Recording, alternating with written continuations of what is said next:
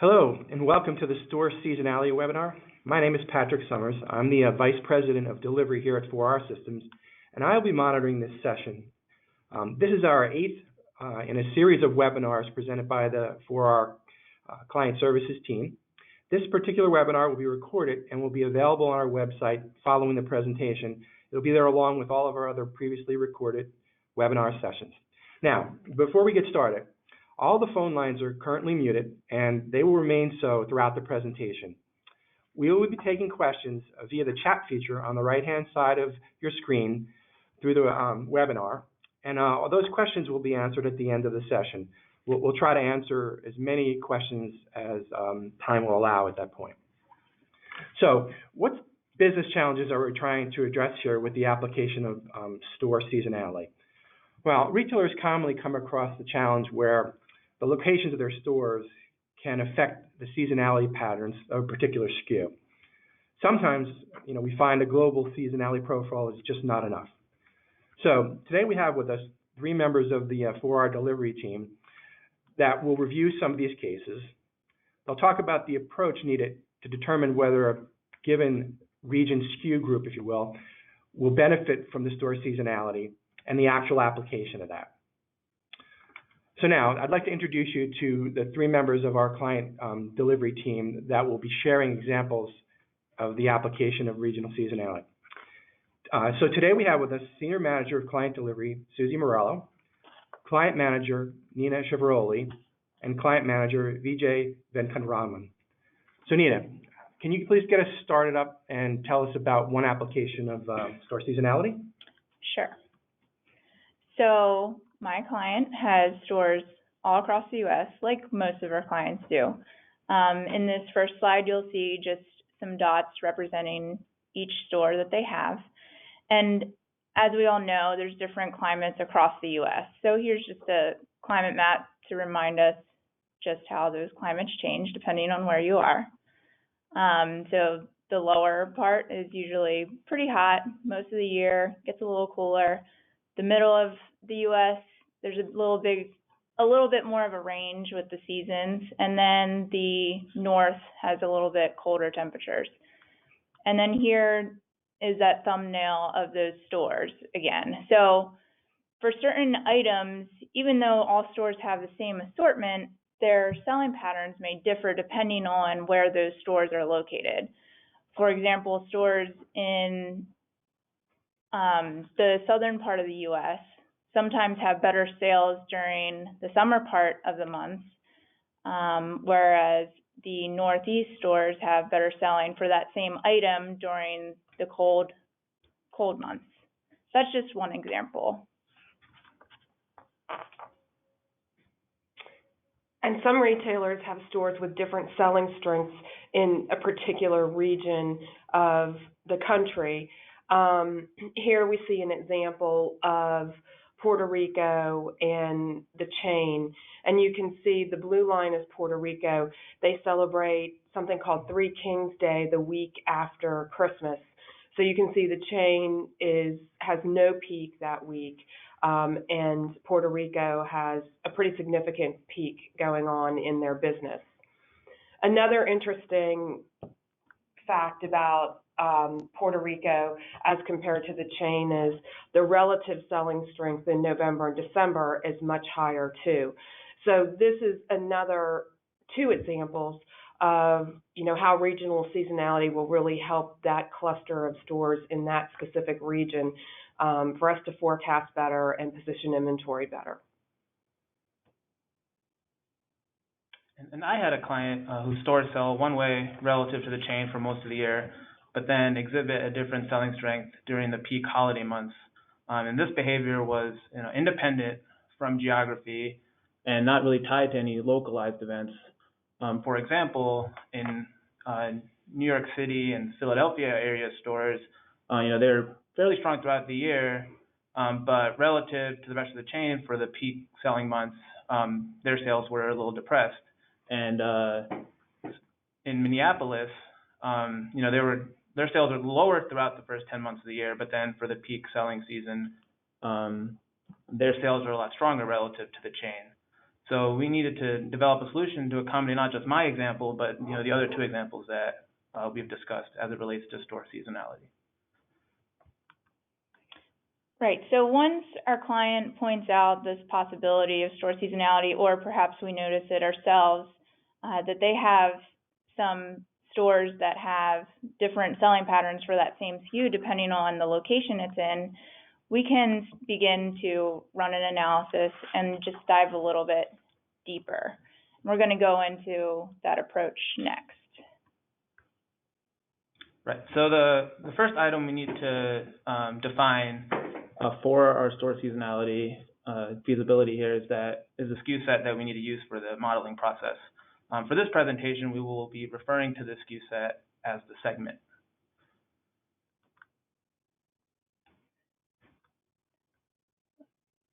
And segments can show store seasonality for several reasons, as we've covered at the top of this call. The three examples we saw were related to sales volume differences throughout the year, as well as having a location event driven store seasonality, such as what Susie was talking about, and then what Nina was talking about, which was a climate-driven seasonality that would exist at the stores.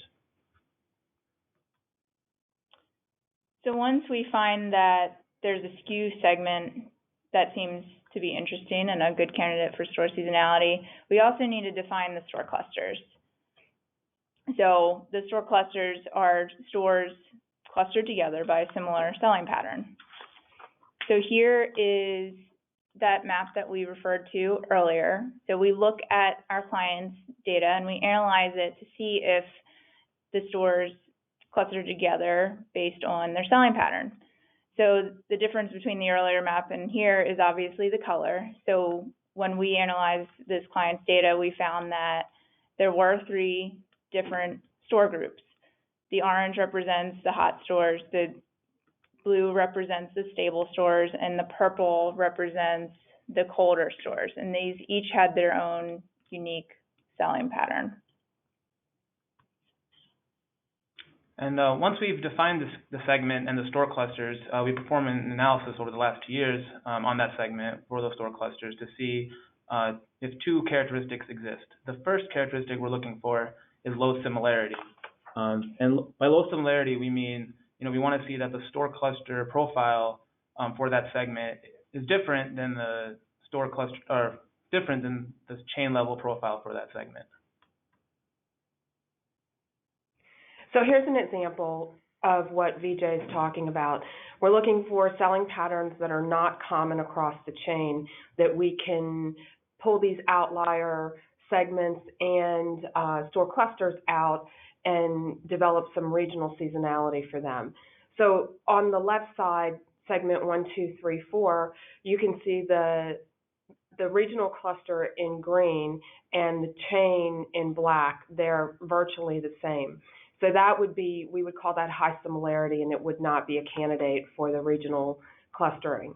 On the right, segment 4, 5, 6, 7, we would call that low similarity. So you can see the regional cluster in red and the chain cluster in black is much different.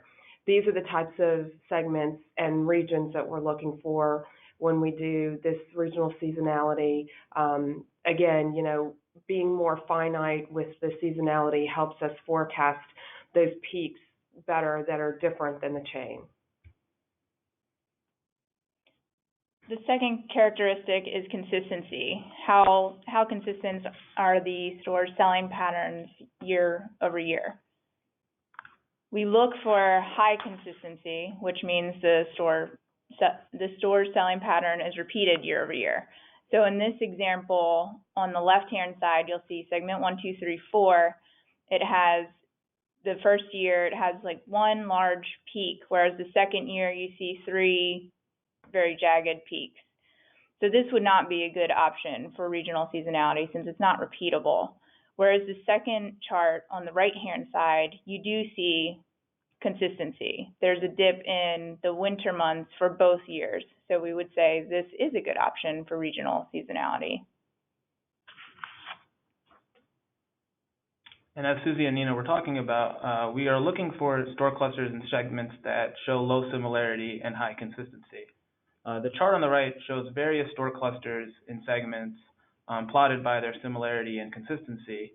And we would focus on the data points on the top left there. So those store cluster segments that have these two characteristics for our further modeling. So just another view of what Vijay was talking about. We're looking for this low similarity but high consistency. It has a repeat pattern that's happened year over year, not just a one-year fluke. So you can see both of these segments, 678, 357, are both really good candidates for regional seasonality. The yellow line is the regional cluster and the black line is the chain. And you can see that those patterns repeat year over year.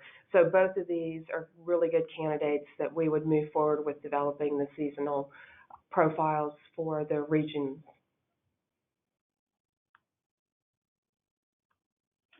Okay, so we found some SKU sets that seemed interesting and a good candidate for regional seasonality. We saw that there are different selling patterns across store groups, and we found some segment store groups that have the low similarity and the high consistency. At that point, we're ready to implement store seasonality. So now we're going to take a look at the implementation process. So first we need to actually create those store seasonality profiles. So here's that map we looked at earlier. And if you recall, the purple represents the cold, the blue is the stable, and the orange is the hot. When we actually generate the store seasonality profiles, we come up with some profiles that look a little like this. So here you'll see the cold profile, the purple, is peaking in the winter months, January and December, whereas the hot profile is peaking or lifting a little bit in the summer months, whereas the stable remains flat. And for my customer, we had stores that were relatively stronger during the peak season, which is represented by the green dots. We had stores that were pretty stable throughout the year, which is represented by the blue dots.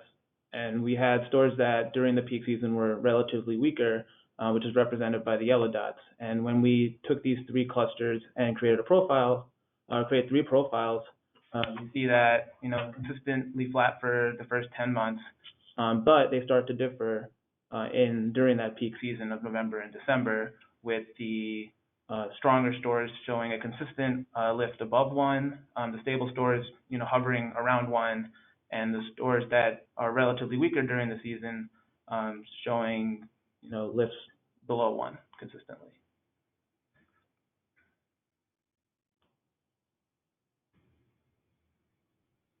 So after we create the seasonality profiles, we apply those seasonality profiles at the segment level. So we have each SKU already has a seasonality profile attached to it that was generated at the chain level. They look similar to this. There's one indice for every week of the year, and those indices all add up to 52.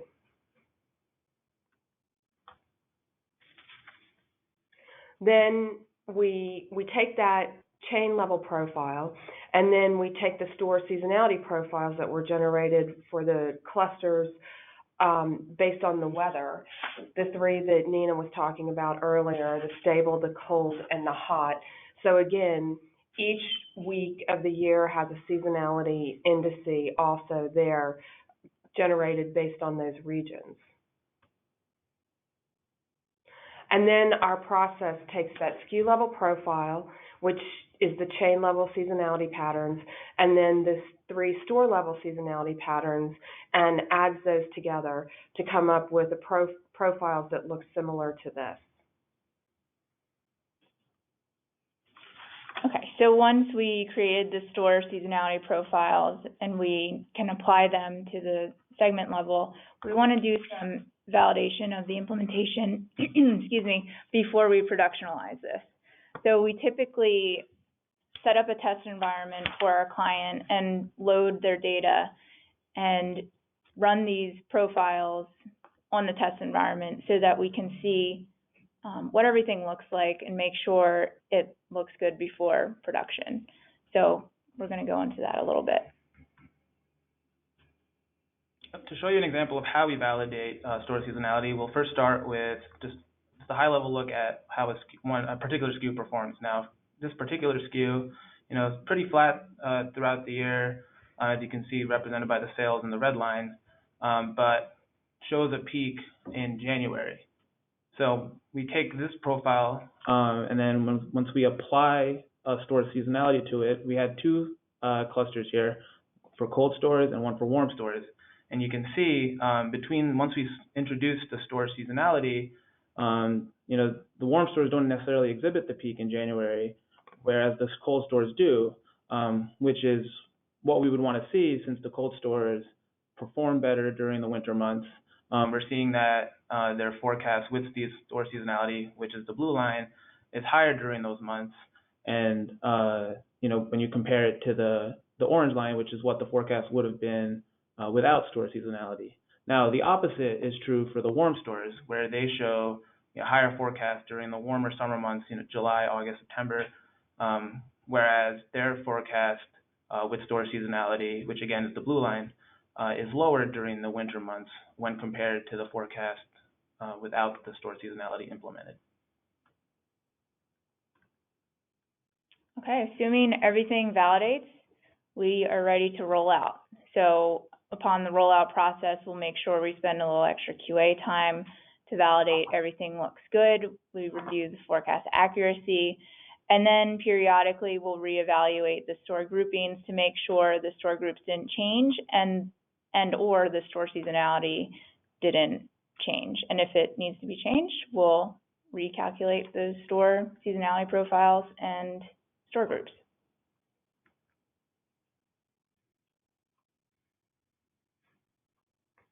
So, in summary, scenarios that are eligible for store seasonality that we learned about today. Categories and products that the selling season is affected by weather. Regions of the country where sales differ based on a localized event. And stores perform differently than their norm at a certain time of the year. Okay, well, thank you, Susie, Nina, and BJ. So what we'd like to do now is to answer some questions. So we'll keep the lines muted. Like I said earlier, there's a chat box to the right of the webinar on GoToWebinar. If you have any questions, just pose those there, and I will pose those questions to the team. As I said earlier, we'll try to answer as many as we can in the time we have available. Let me just pause for a minute here. Okay, I think we have a few questions that have come through. All right, the first question I have here is, what level does the SKU segment need to be defined at? Yeah, I guess. BJ? Yeah, I can take this one. So we can define it at any of the SKU level hierarchy attributes that our client may request us, or we can perform an analysis internally just to see what would be the best level to do it at. Now, this could be, department, class, segment, just based on our customers' SKU hierarchy. It's pretty versatile what we can do. Okay, I have another question here. Question is, what happens when a new store is turned on or introduced? How do we deal with that? Okay, so the client usually lets us know, or we see that store comes on, and they can either tell us what region or group they want to put it in, or we can kind of look at where it's located and put it in the appropriate store group, or we can just leave it on a flat profile and reevaluate once it actually has some more sales history. Okay, thanks, Nina. sometimes the customers will also give us a sister store to match it up with. Okay, that's what we have right now. We don't have any further questions, but if you do have further questions, or if you'd like to get a question answered, we're certainly open to having you contact us directly. If you have a question that's been posed through the chat feature, we will get those answered and back to you within 24 hours. So I'd just like to say thank you to Susie, Nina, and VJ, and certainly for all of you attending this webinar. We'll have another one coming up next quarter, which is through our client delivery team. All these webinars are posted to our website. So at 4rsystems/webinars. You can also see a full schedule of all that we've done in the past. I'd like to say thanks again for joining. I'm looking forward to having you join us again in a future 4R Systems Educating Retailers to be More Profitable. Thank you.